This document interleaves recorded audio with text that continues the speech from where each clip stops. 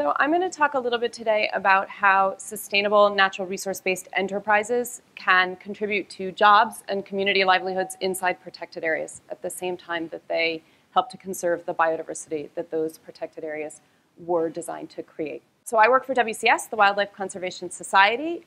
We care a lot about wildlife, wild places, and protected areas. We spend a lot of our time trying to create and better manage protected areas. So for us, natural resource-based enterprises or conservation enterprises is one of the tools in the toolbox that we use to try to make sure that these protected areas are meeting their goals and also helping support the people who have to steward these parks and who derive a lot of their livelihoods from the resources that are inside the parks. We work in a lot of places all over the world. Today I'm going to be speaking specifically about Latin America. We work quite broadly throughout the region, as this map shows.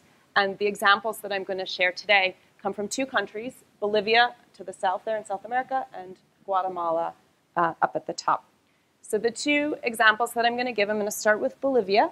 We work in a landscape called the Greater Madidi-Tambopata landscape.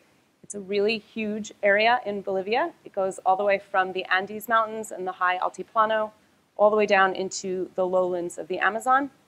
It's an extension of land that covers about 110,000 square kilometers. So we're talking about a very, very big area. And it's a mosaic of 5 different protected areas and 7 different indigenous territories. In Guatemala, my example is coming from the Maya Biosphere Reserve. The Maya Biosphere Reserve is the largest protected area in Central America.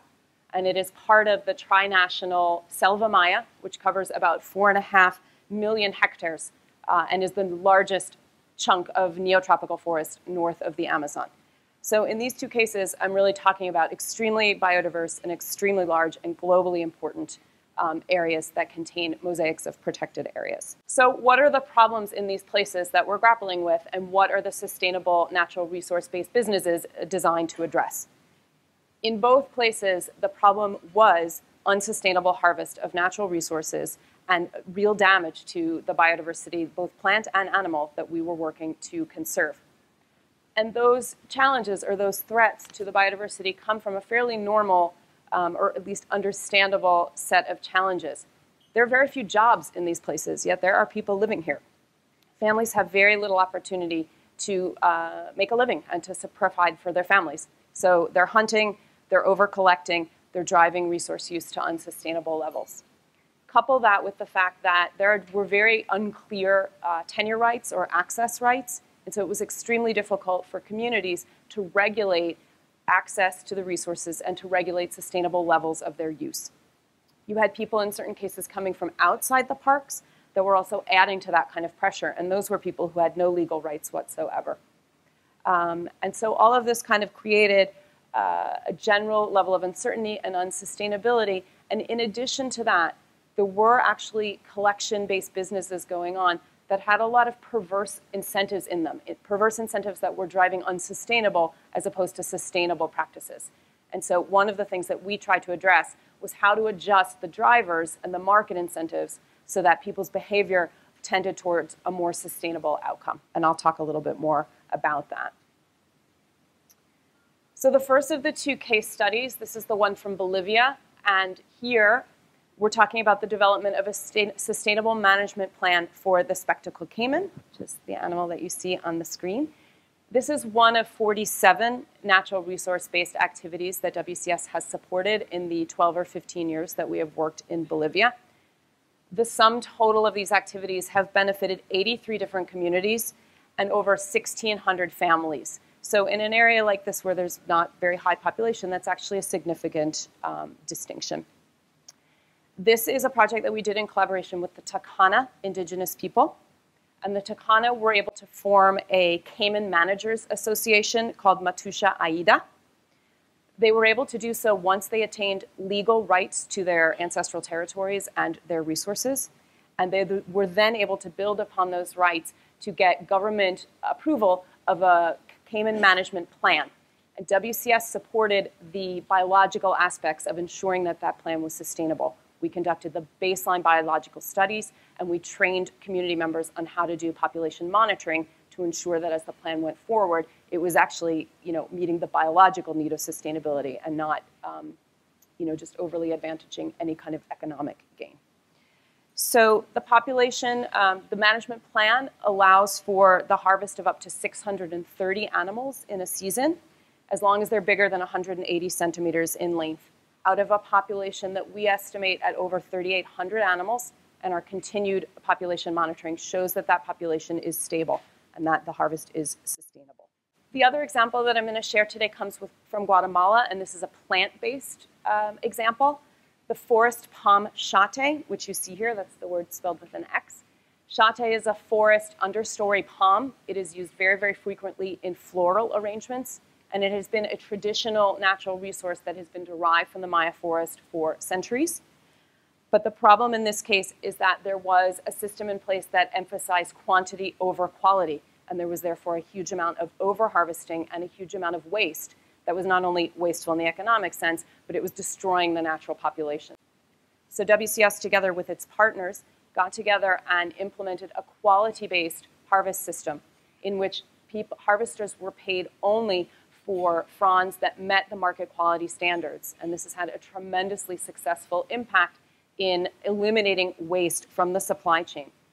The other aspect of this project that's very unique is that we deliberately engaged women in the community who were trained to work in the shate sorting houses, and they're the ones that decide whether each individual frond meets the quality standard or not.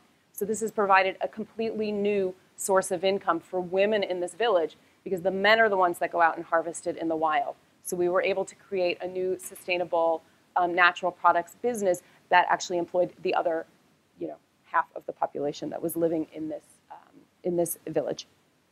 This project is also combined with replanting of shate so that the wild stocks continue to rejuvenate. And we plant something like 20,000 plants per year out of nurseries that the community also raises, and that provides additional employment for people in the nurseries as well.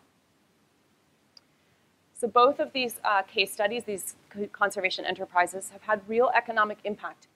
In the case of Bolivia, the members of the Matusha Aida cooperative can make up to $1,100 US in a month. That's 3 times any kind of income source that they were able to access before.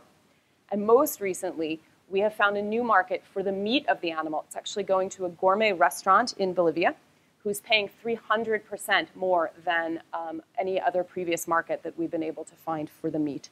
So that's had a significant, very trackable economic benefit for the people that live in the Takana communities. And in Guatemala, as I mentioned before, we've had a real impact on quality over quantity. So now our studies show that 90% of the shate fronds that are harvested and brought to the sorting house meet the quality standards. Previously, only 50% of them did. So that's a very, very significant difference. And all of those fronds are fronds that the harvesters get paid for. So they're not wasting their effort on things that just get discarded. The community has planted a total of 140,000 plants into the forest. So again, providing income and again, ensuring sustainability of the project. And at the moment, 20 women from the village are employed in the bodega, again, providing more equitable employment. One of the fundamental things that we learned was the importance of first establishing land or use rights for the resources so that the communities could then go about the process of establishing regulations that would enforce sustainability. If they can't regulate it themselves, they have no way really of preventing others from using the resource in a less sustainable manner. Collective action is really important in both of these examples, and it is not easy to put together a community-based business. These are both businesses, and those come with a lot of challenges.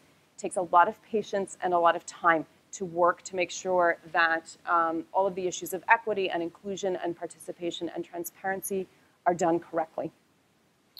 I think the third lesson, and the one that maybe I would point to for others, is that the market incentives have to be right. You don't want to have a business that incentivizes perverse behavior, like over-harvesting shate because it's just a volume market.